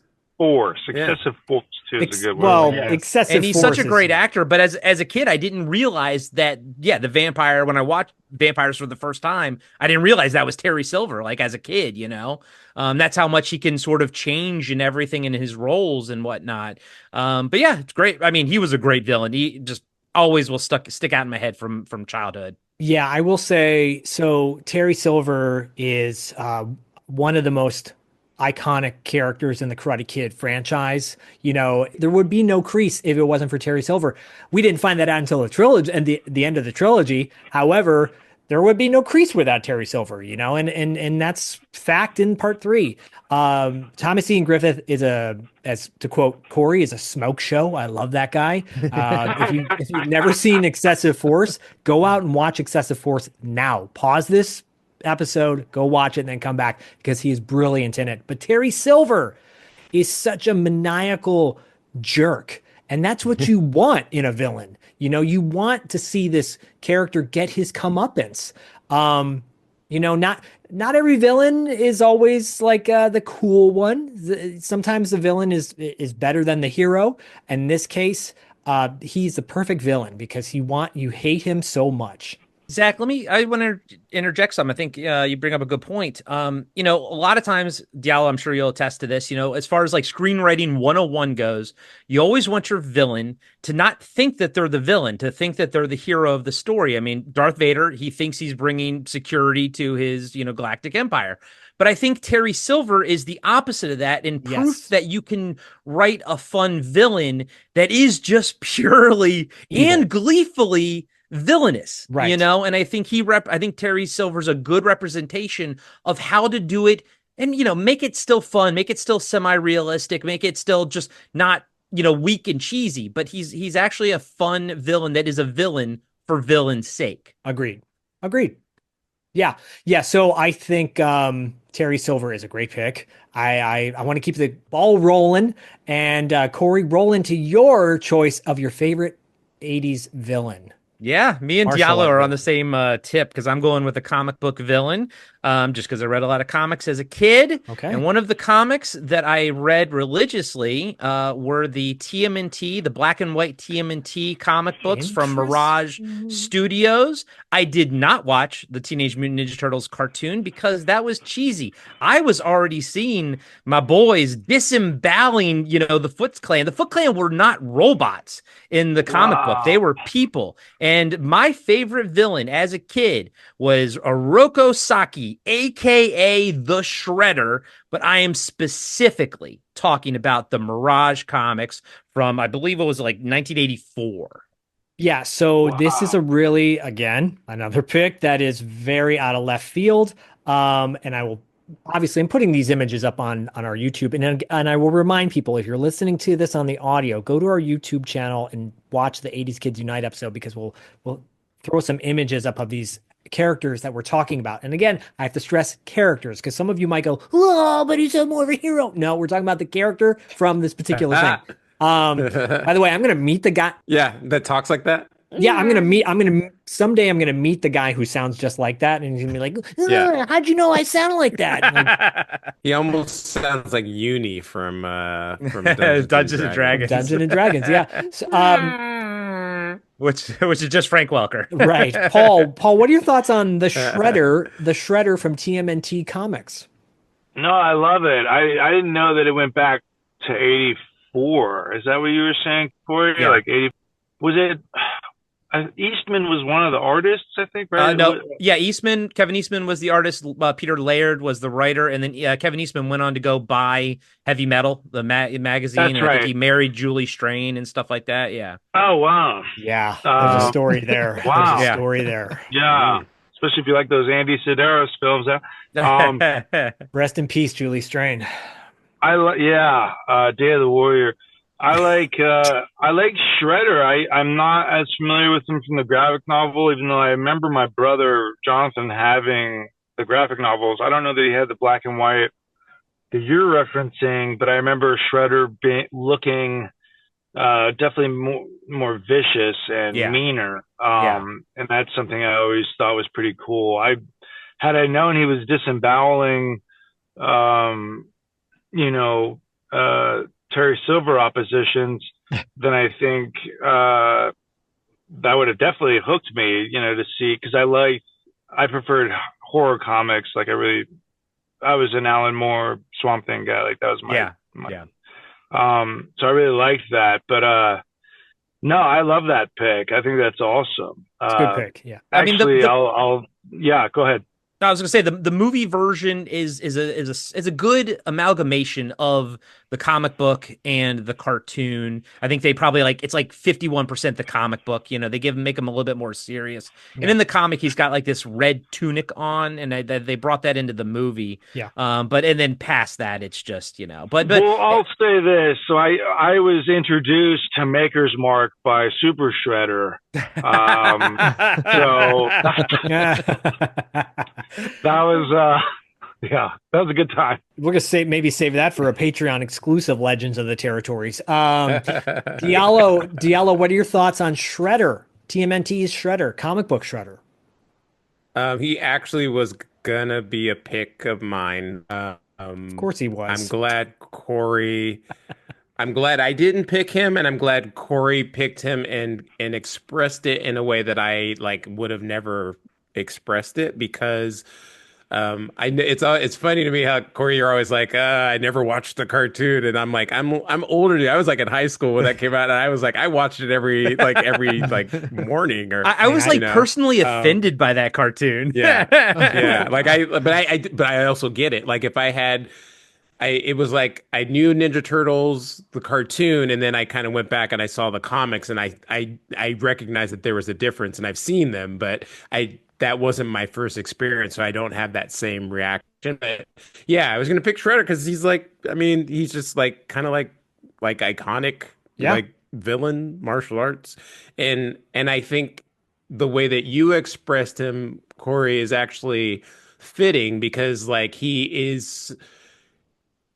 That's the only time he's been as imposing as I think he was intended to be, because he's always he's never fulfilled his potential since then. And I liked him in everything I watched him in, but he's just got all these blades and stuff all over, and he just kind of stands there kind of like Darth Vader does. He doesn't really do a lot, But he should be slicing people up. He should be shredding people. That's his name, yeah, bro. Should be shredding. It's in the name. Sho Kosugi would have made a good split or a good shredder. Do you think Sho Kosugi would have made it totally pretty agree. awesome Totally shredder? agree. Yeah, agreed. Yeah. Oh yeah, Paul, real quick, you were it was when you were offline. I had mentioned that for my hero, you called out two of my hero picks by accident, and I had Sho Kosugi and Jinx both as my backups. No way! Yeah, I was gonna go with Sho Kosugi, but yeah. David, how about you? David, what are your thoughts on Shredder? I love it as a choice. I've never read the comics. I've just sort of heard of them, and their inspiration or with Daredevil and the Frank Miller run and all that. And so I've always been intrigued by it, but never sought them out. So I never got to see that sort of pure version. But I can picture, of course, the cartoon version in the 90 film. But a great choice, and makes me want to check out those comics all the more. So I got some things on my list from this. I need to see the Fist of the North Star animated feature. I love the idea that is from the 80s. And I got to find these turtle comics. Yeah, you do. The nice thing is they're very easy to find. I don't know. I can't remember. I think maybe it's IDW has the license, but they've reprinted the Mirage old comics. And honestly, you can probably just get the first trade. That's Shredder's the main villain of that one. After that, it kind of gets a little bit goofy, kind of like the cartoon. Like the cartoon isn't so far off from the comics. It's just the first trade was much more violent and much more like, I mean, the turtles fuck Shredder up on the. It's almost like the movie, except very much more violent. Like, I mean, Leonardo jumps across and slices his chest, and he's like standing there, like literally blood's like coming down. Like they use their weapons the way that they're supposed to be used in the comic book. Do you think there's a thing where, like, when their edges got curvier, rounded, they got goofier and softer? Because in the graphic novels, they're kind of like a harder edged. Yeah, and this is when they had, and they all had red bandanas. Like each one of them, they all had red bandanas. They hadn't done the whole color thing because they did that for the cartoon. Right. Yeah, that was very Captain Planet-y of them to do. yeah. I will keep my thoughts short on this, but I will say I love this choice. I echo what everyone has already said. I am with you, Corey, 100%. I feel like the comics are the place I want to live and remember the Turtles for where they should be. I feel like that's the Turtles I grew up with. Riding my bike to the comic book store and buying the newest episode every time it came out. And Shredder was an imposing figure. Then he got clearly watered down for a younger audience, which is understandable. It's all good. But I love that choice, and Sho Kosugi under that mask would have been wonderful. And yeah, to this day, those blades are just so intimidating. It's wonderful. I'm going to go into my pick, final pick of this episode, and say it is a character. I said earlier about a villain should be a dark and not necessarily someone that maybe you think is cool, but I think this character is cool to a lot of people. As bad as he is probably more liked than he is disliked. And I am going into the cartoons of the 80s because we've yet to go into a cartoon of the 80s. I'm talking specifically about Storm Shadow from G.I. Joe. I knew it, buddy. I knew you were going to have to pull that him. was going to be my first. Yeah. So I mean, Snake Eyes and Storm Shadow were like literally both like my number ones, but I was like, other people are going to get them. But all I got to say, Zach, exactly. Excalibur. You took the words right out of my mouth. So Diallo is holding up the amazing figures, the Storm Shadow and Snake Eyes. So I will say that Storm Shadow is, obviously a villainous Cobra character, but I think people liked him more than disliked him. I think he was just awesome across the board. When they turned him face, I was like, why? Just keep him a villain. You don't need to make him a hero. He had an epic battle against Spirit in a multi-part series for the Mass Device. It was a great, respectful fight that they had, and at the end of it, they went their separate ways. So Spirit was on my short list of heroes to put in the on that side. Same. He whooped Quick Kick's ass in the Excalibur episode, practically. I was going to ask. Quick Kick just kind of jobbed to him. I mean, he was second tier to even. I mean, obviously to Snake Eyes, but he was second tier. I was like, he must have fought Storm Shadow and probably got his ass whipped. That happened, right? He did. So he got his ass whooped in Excalibur, and as Corey said earlier, Excalibur. It is iconic because Storm Shadow gets the Excalibur sword and then all hell breaks loose. You got to watch that episode of G.I. Joe. I'll put the links of that in the show notes. Actually, you guys can all check that out. But or listen to our breakdown and review of the movie Excalibur that we did for Robert Ortiz. And I think Zach said Excalibur, like Storm Shadow, minimum 100 times that episode. Yeah, I had to go there. I'm not talking. He was really well written by Larry Hama in the comic books from Marvel. We're not going to talk about the movie that came out a few years ago because I think it's terrible. His specifically Storm Shadow, well, and Snake Eyes too, but Storm Shadow is an iconic character to me. David, let's go to David first. David, what are your thoughts on Storm Shadow from G.I. Joe? I am embarrassingly unfamiliar with the Joe. I mean, I can picture it, but I didn't watch it. I Wow, know. did you have the so you didn't have the figure? You didn't grow I up Turn with actually, his station off. I know. Yeah. If it makes any difference, I did have a figure. I had the smaller ones. I'm not sure who three and gave three them to quarters? me. Yeah, yeah. So I believe I had that. So I'm familiar in that regard, and so I'm sure I used that figure to, play Big Trouble in Little China as I Of was course you. want to do. But I didn't actually watch GI Joe. It's a gap. It's a It's crime. okay. You're gonna have. I'm gonna make you watch the Excalibur episode and make Oh, up all for it right. because I think you'll be My penance. Yeah. pleasantly surprised. Paul, let's talk about your ninja love of ninjas.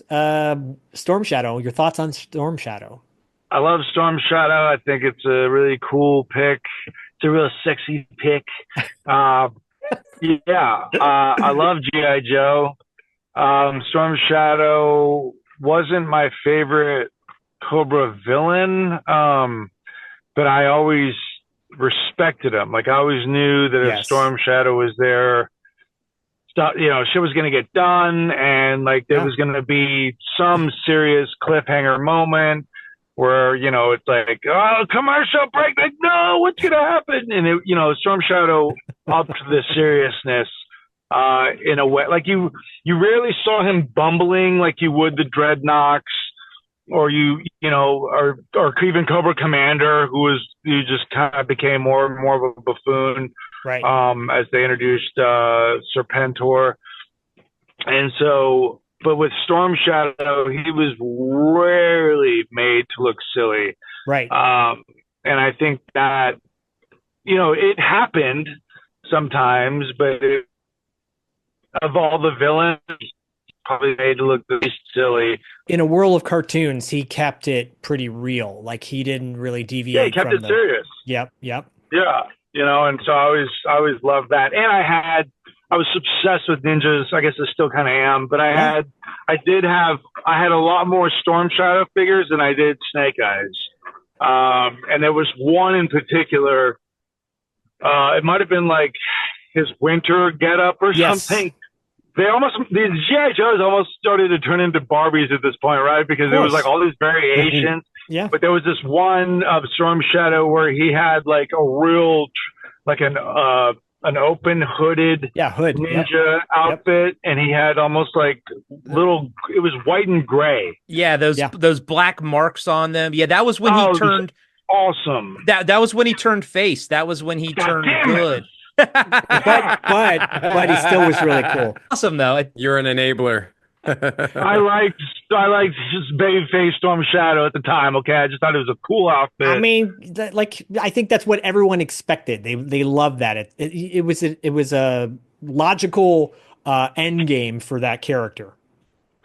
Diallo, how about you? Diallo, what are your thoughts on Storm Shadow? Clearly, you love him because you got a figure of him. But what are your thoughts?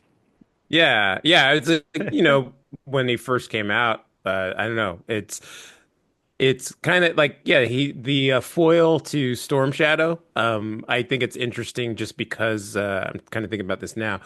Usually in the comics, like the hero is kind of represented by the light, and the villain is represented by the dark.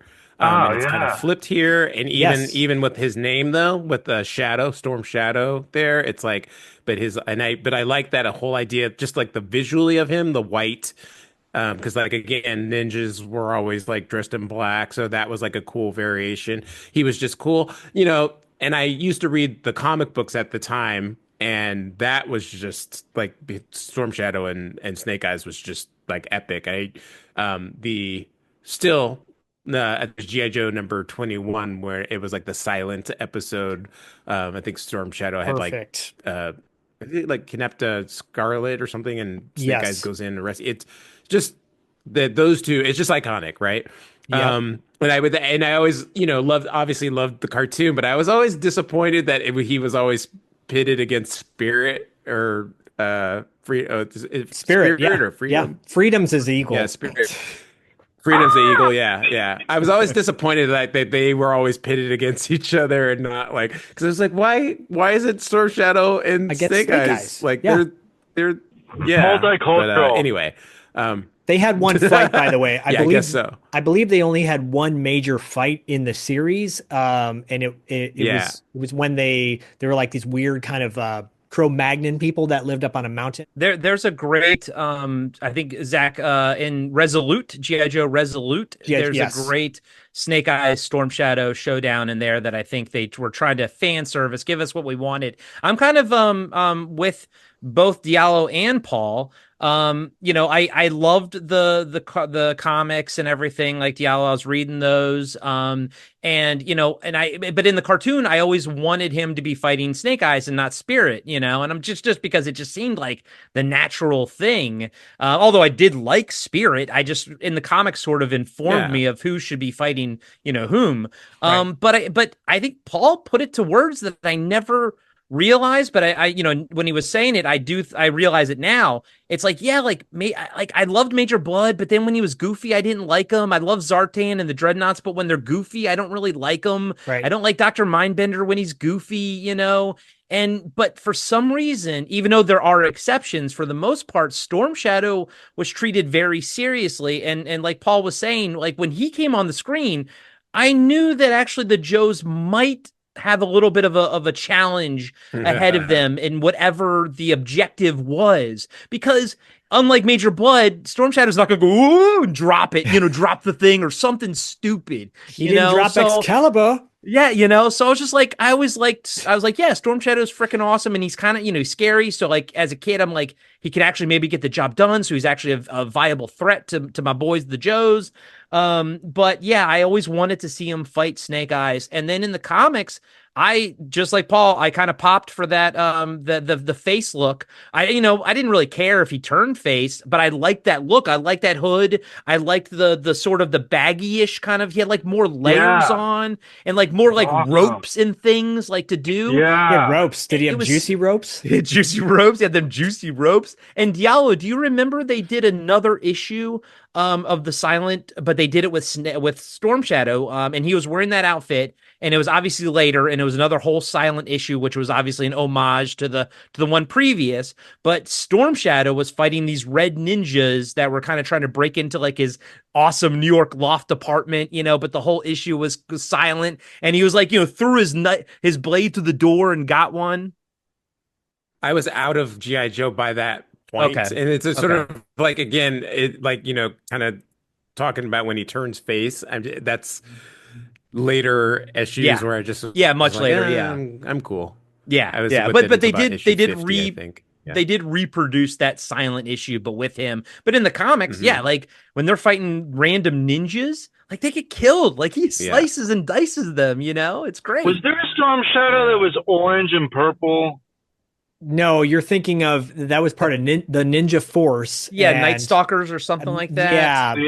Okay, that was a different guy. Yeah. So if y'all want to watch some really creepy or crappy G.I. Joe, go to watch the final season 3 of G.I. Joe. It's the Sunbow series, not the Sunbow, it's the Deke series. Yeah. It's when everything just goes really bad. But if we're just pure cheese for homage, I want to wrap up this episode, though, with the 5 of us by just putting it out to you, listeners and watchers.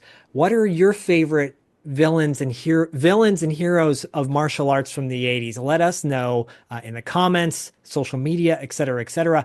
This is a show, 80s Kids Unite, that's fueled by patrons. So on our Patreons, our patreon.com/podcastingafterdark and patreon.com/$2 late fee, you can join the fun on there and support the shows, Podcasting After Dark, $2 late fee, Territory Marks, TV Obscura, etc., etc.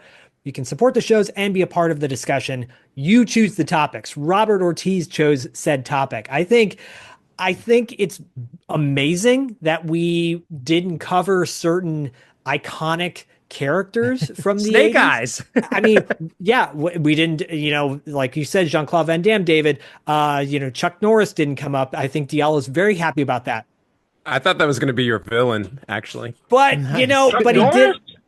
No, it's a joke. Never a villain. But, there are so many, like Ralph Macchio didn't come up. But look, here's the thing.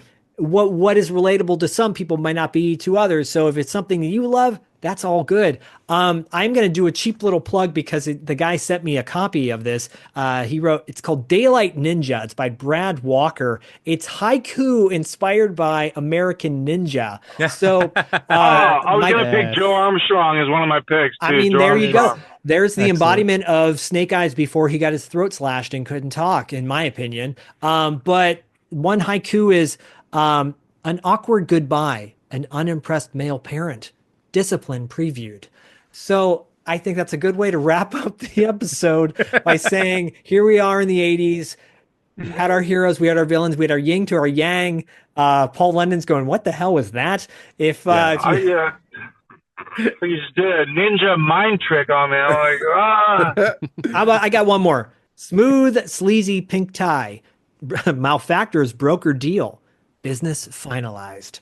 I think our business is finalized here on 80s Kids Unite. It's haiku. I don't understand what's happening. I have no idea. ninja speaks that way. But Brad Walker, thank you. Ninjas shouldn't speak at all, but that's a whole other story. And if they do speak, they should say Excalibur. Thank you, everybody, for watching. See you next month on 80s Kids Unite. Woo! 80s Kids Unite is brought to you by Hungry Hungry Hippos, the loudest tabletop game in history. And by Nickelback, Zach's favorite band. If you'd like to suggest topics for this show, go to the Patreon of either $2 late fee or Podcasting After Dark, or both. All links are in the show notes. We love you.